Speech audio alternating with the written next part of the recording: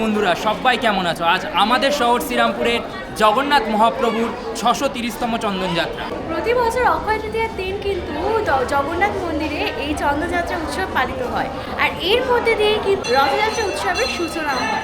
অক্ষয় তৃতীয়ার সকালে শ্রীপাঠ মাহেশ, বাংলার অন্যতম ঐতিহাসিক শহরের মহাপ্রভু জগন্নাথ দেবের 630তম চন্দনযাত্রা উৎসব।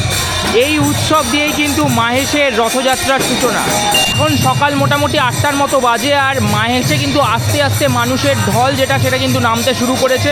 মহাপ্রভুকে আজকে যেহেতু অক্ষয় তৃতীয়া, তাই অনেক দোকানের যে পুজো সেগুলো দিতেও অনেকে এসছে আর কি। 630 বছরের এক প্রাচীন মন্দিরের সামনে এই মুহূর্তে দাঁড়িয়ে আছি। 630 বছরের ইতিহাস তোর শহরে রয়েছে, এটা তোর কিরম লাগে? এই ফিল্ডটা কিরকম তোর? একটা বিশাল বড় পাওনা যে আমি এই শহরটাতে জন্মেছি। আমি তো এখনো বলি, আগেও বলতাম, আমার খুব বড় একটা আশীর্বাদ, ধন্যবাদ। অবশ্যই আমরা বলি যে মহাপ্রভুর স্থানে জন্মগ্রহণ করাটা অনেকটাই বড় ব্যাপার আর কি। একদম পুরীর পর আমাদের এই জায়গাটা একদম। এবং মন্দিরের ভেতরে অক্ষয় তৃতীয়ার যে এখন পুজো আদি এগুলো তো চলছে, বাট তার সাথে তোমাদের দেখিয়ে দিই, এই চন্দনযাত্রার ঠিক 42 দিন পরেই কিন্তু মাহেশে অনুষ্ঠিত হবে হচ্ছে মাহেশের স্নানযাত্রা উৎসব, যেটারও বয়স 630 বছর। এই যে মহাপ্রভু স্নান ঘর দেখতে পাচ্ছ, এইখানেই কিন্তু মহাপ্রভুকে এনে স্নান করানো হবে ঠিক 42 দিন পর। যদিও এই বছর জ্যৈষ্ঠ মাস মল মাস হওয়াতে কিন্তু এই পুজো স্নানযাত্রা ঠিক 70 দিন বাদে অনুষ্ঠিত হবে, এবং এই স্নানযাত্রার ঠিক 15 দিন পর ওই দূরে মাহেশের রথ দাঁড়িয়ে আছে দেখতে পাচ্ছ। হ্যাঁ, এই মুহূর্তে যেহেতু আমাদের রথটা খোলা আকাশের নিচে সারা বছর থাকে, তার ফলে কিন্তু একটু জরাজীর্ণ হয়ে যায়, এবং আজকে থেকেই কিন্তু রথের যে কাঠ লাগানো বা নতুন করে যে রথকে সাজানোর কাজ, সেটাও কিন্তু এই অক্ষয় তৃতীয়ার দিনই শুরু হয়ে যাবে, এবং তারপর হবে মাহেশের ঐতিহাসিক 630তম রথযাত্রা উৎসব। তাহলে শ্রেয়া, আবার আমরা ফিরে এলাম উৎসবের মরশুমে। একদম আমাদের রথযাত্রা দিয়ে আবার ওই রথ টালে দুর্গা আসে, ওই একদম চলে এলাম, কারণ আজ অক্ষয় তৃতীয়া, এবং অক্ষয় তৃতীয়াতে যে চন্দনযাত্রা উৎসব, এরপরেই কিন্তু এই প্রথম ধাপ রথযাত্রার যে উৎসবের সূচনা এটা দিয়েই হয়, এবং এরপর কিন্তু আমরা আস্তে আস্তে রথযাত্রার দিকে এগোবো। আর আজকে বেশ কিছু কলকাতাতেও খুঁটি পুজো রয়েছে, যেগুলো আমরা কভার করতে পারবো না অ্যাজ ইট ইজ, যেহেতু নিজের শহরের এই প্রোগ্রামটা রয়েছে। বাট বুঝতে পারছো তো, দুর্গাপুজো আসছে আবার, এবং তার আগে রথ আসছে, আমাদের যেটা সব থেকে বড় ফেস্টিভ্যাল। শ্রীপাঠ মাহেশ থেকে আমি Souvik, and we are Bengal Bloggers.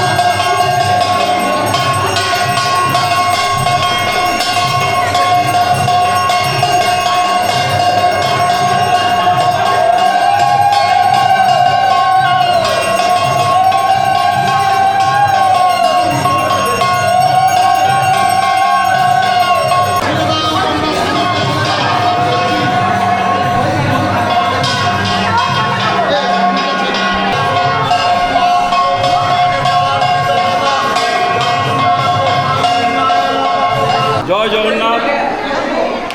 আজকে মহাপ্রভুর 630তম চন্দনযাত্রা উৎসব উদযাপিত হলো মাহেশের ঐতিহাসিক জগন্নাথ মন্দিরে।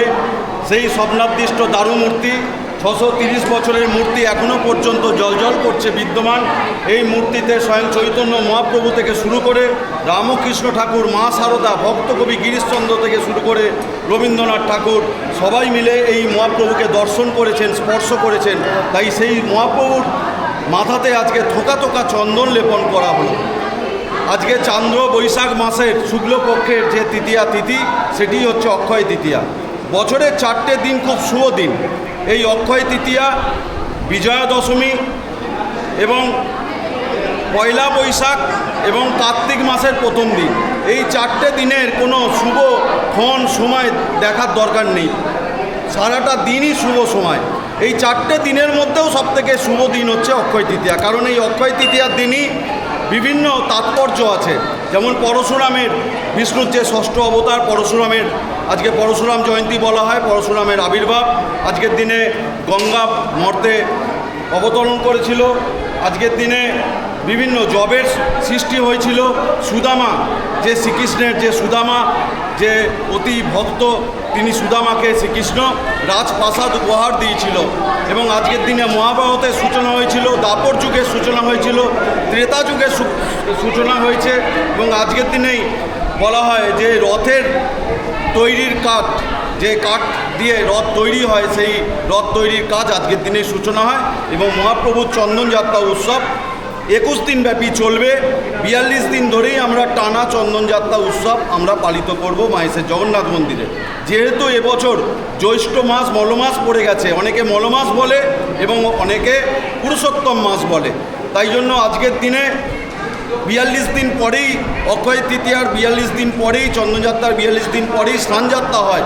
কিন্তু এবছর 70 দিন বাদে স্নানযাত্রা উদযাপিত হবে। আমাদের আগামী 29শে জুন স্নানযাত্রা উদযাপিত হবে 630তম। যেহেতু আমাদের এই বছর জ্যৈষ্ঠ মাস মলমাস পড়ে গেছে, তাই আজকের দিনে অগণিত ভক্তরা এসেছেন এবং ওনারা খাতা পূজাও করছেন। তো আজকের দিনে বিভিন্ন তাৎপর্যে আছে, তাই সেইভাবেই আমরা চন্দনযাত্রা উৎসব আজকের দিনে উদযাপিত করলাম মহাপ্রভু। 630তম চন্দনযাত্রা হয়ে গেল, আর এবার আস্তে আস্তে দিন গোনার পালা। যদিও এইবার অপেক্ষাটা একটু বেশি, কারণ 40 দিন না 70 দিন অপেক্ষা করতে হবে আমাদের এবছর স্নানযাত্রার জন্য।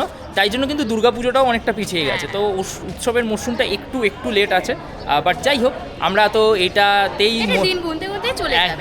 একদম কারণ আমাদের অনেক কিছু আছে, এর মাঝে আসতে থাকবে বিভিন্ন রকমের জিনিসপত্র। চলো টাটা, খুব শিগগিরই নতুন কোনো ভিডিও নিয়ে দেখা হবে। ততক্ষণ যেন সবাই খুব ভালো থাকো, সুস্থ থাকো, আর জমিয়ে এই গোটা বছরটা কাটাও। হ্যাঁ, বর্ষের শুভেচ্ছা। আরেকটা জিনিসও ভুলে গেছি, সেটা হচ্ছে অক্ষয় তৃতীয়ারও শুভেচ্ছা। চলো টাটা অ্যান্ড জয় জগন্নাথ।